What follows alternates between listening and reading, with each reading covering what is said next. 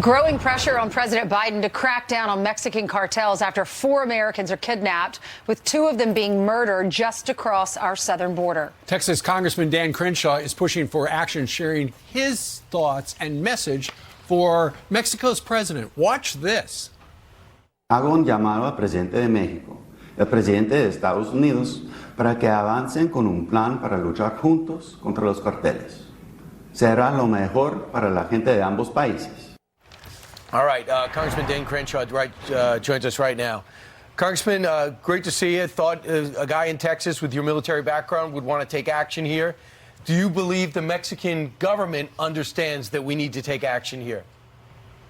Well, according to the Mexican president, López Obrador, he apparently doesn't. He can't possibly understand why we think that it's a bad thing that over 70,000 Americans a year are being killed by fentanyl poisoning. And that poisoning is coming from 2 main cartels, the Sinaloa cartel and the Jalisco cartel. He doesn't seem to understand it. He called what I said propaganda. He said it's for electoral purposes. He has no idea what he's talking about. It's actually infuriating. And it should be infuriating to Mexicans, too, because, you know, there's only one other group of people that's terrorized more by the Mexican cartels than Americans, and that's the Mexican people. They're sick of this. They're sick of their corrupt politicians taking money from the cartels. They want safety. They want prosperity. And look, and Americans want that for the country of Mexico. I mean, if you could choose one other country besides the United States that you would make 10 times better than it is right now, you would choose Mexico. It's a very important ally. Right. This president needs to get out of the way and work with us. We just want to help him. One of the things the White House said the other day, Congressman, was that it was laughable. She said that fentanyl is at historically low levels right now, which we know the seizures are way through the roof. Also, she commented, KJP did, on a suggestion you've had to designate cartels as terrorist outfits. Watch this. Designating these cartels as FTOs would not grant us any additional authorities that we don't really have at this time. So the United States has powerful sanctions authorities specifically designated to combat narcotics trafficking organizations and the individuals and entities that enable them. So we have not been afraid to use them. So your suggestion won't work, she says. Well, no, I actually want to clarify something. So I've never said we should designate them as terrorists. There's a really good reason for that. If you designate them as terrorists, you just created millions of more legal asylum seekers south of our border. You actually make our immigration crisis far, far worse.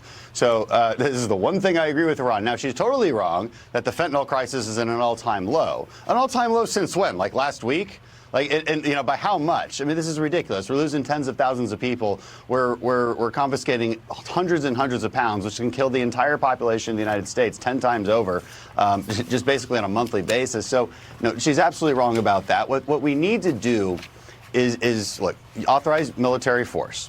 Now that means a couple of things. It doesn't mean tanks rolling into Mexico the next day. What it means is we can use our intelligence collections capabilities. It means we can work by, with, and through the Mexican military in order to target them. We can put our assets to bear on this problem. I want to do it with the government of Mexico, and this is what I would tell AMLO, the president of Mexico.